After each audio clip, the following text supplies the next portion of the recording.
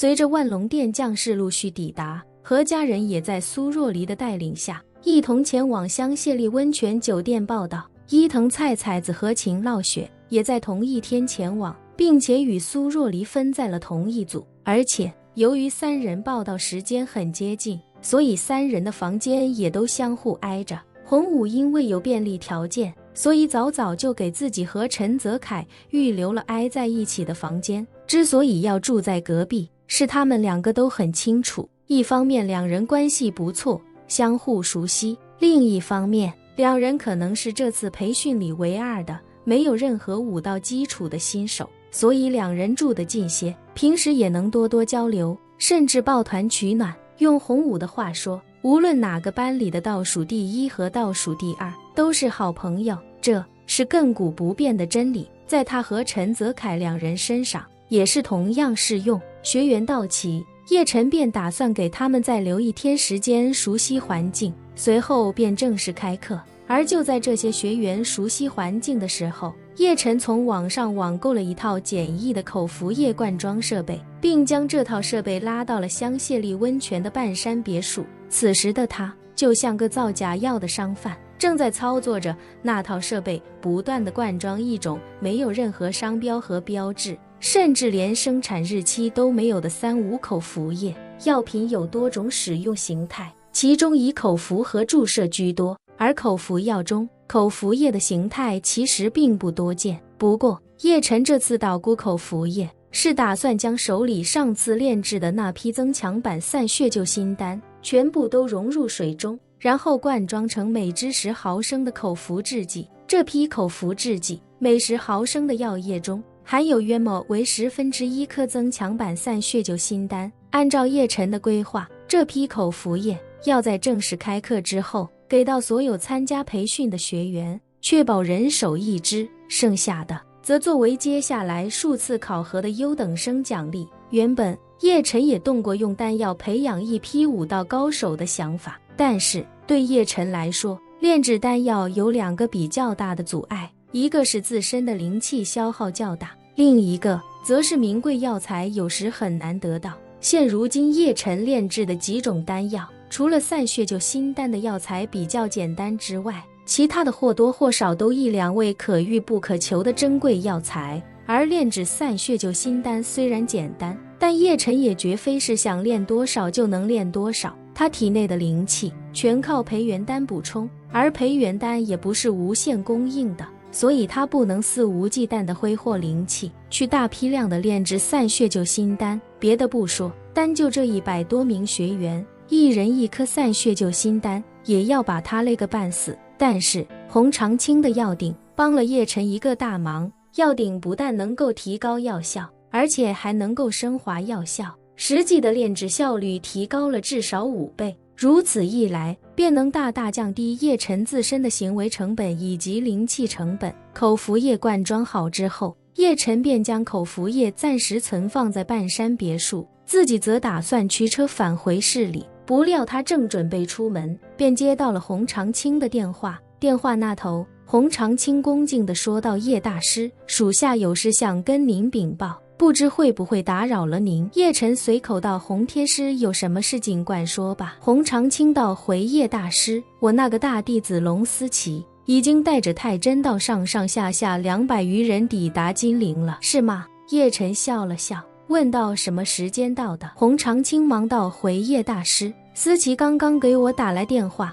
他们也是刚在酒店落脚。落脚之后的第一件事就是给我打电话，想让我帮他约您见上一面。”叶晨见时间还早，便淡然说道：“你让他来香榭丽找你，然后你再带他来半山别墅见我吧。告诉他，只能他自己过来，其他太真道的成员我不见。”洪长青忙道：“好的，叶大师，属下这就跟他说一声。”约莫40分钟后，风尘仆仆的龙思琪驱车赶到了香榭丽温泉酒店。这一次来金陵之前，龙思琪就已经让父亲帮忙做好了万全的准备。原本龙思琪的父亲不想让他将整个太真道都迁至金陵，但架不住龙思琪这次是王八吃秤砣，铁了心了，硬是逼着他父亲接受了他的决定。并且为他以及整个太真道了全程的保姆式服务。龙思琪的父亲不但为太真道在金陵购买了一家4星级酒店，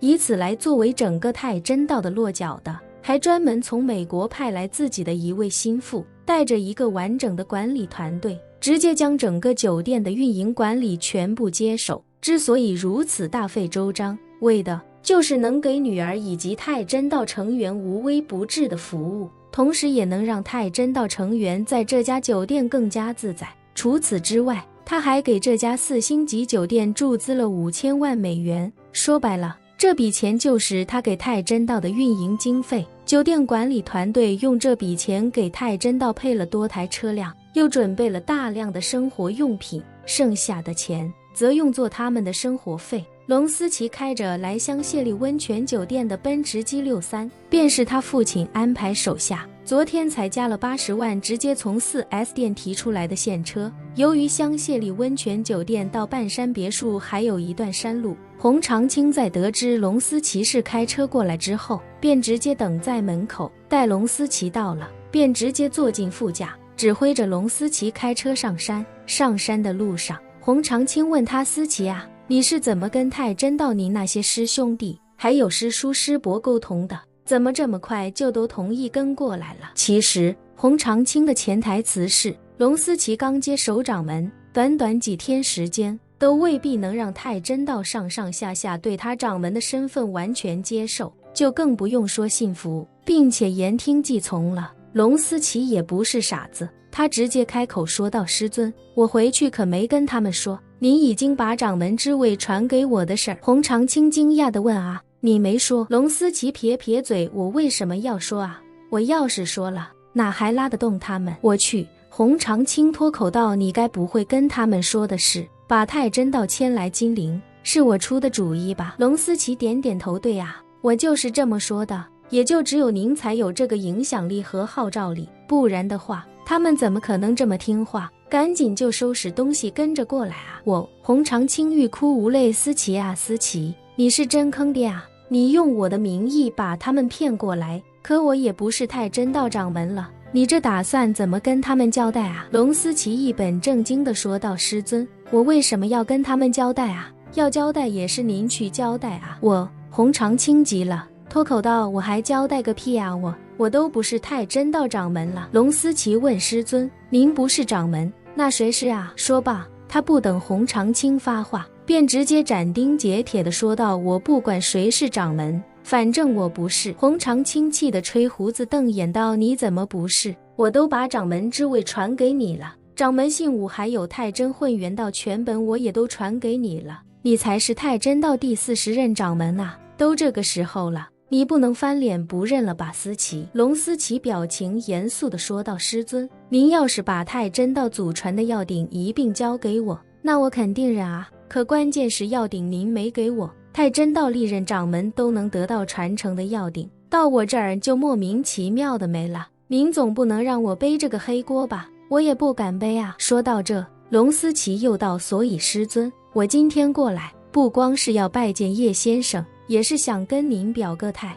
您老人家还是咱们太真道第39任掌门，弟子以及太真道上上下下200余众皆听命于您，大家还都等着您过去给说2句话呢。主要是大家现在也不知道您为什么要让大家迁到金陵来。洪长青快崩溃了，欲哭无泪地说道：这到底算哪门子事儿啊？我还跟叶大师信誓旦旦地说我以后跟太真道没任何关系了，你这又给我来这么一出，我怎么跟叶大师交代啊？龙思琪耸耸肩：师尊，这个弟子也无能为力啊。洪长青忽然想起什么，连忙追问：那你今天去见叶大师怎么说？你之前说要带着整个太真道拜入他门下，现在你又说你不是掌门，那你待会儿怎么跟叶大师交代？龙思琪说道：师尊，我见了叶先生之后，自然是如实交代，同时也跟叶先生表明态度，告诉他我个人是非常希望能够拜入他门下的，只是叶先生瞧不瞧得上还尚且未知，若是叶先生瞧得上，那有师尊您这个掌门在，整个太真道都拜入叶先生门下，不也就是您一句话的事吗？洪长青气愤地说道：思琪，你是年轻人不讲武德，陷我于不义。回头叶先生再说我是两姓家奴，我这老脸往哪搁？龙思琪有些不忿地说道：师尊，是您要把掌门之位传给我，还故意不告诉我要顶的事情，想让我当这个冤大头，我都还没说您陷我于不义呢。本期视频结束，欢迎订阅我的频道，这样就不会错过精彩内容。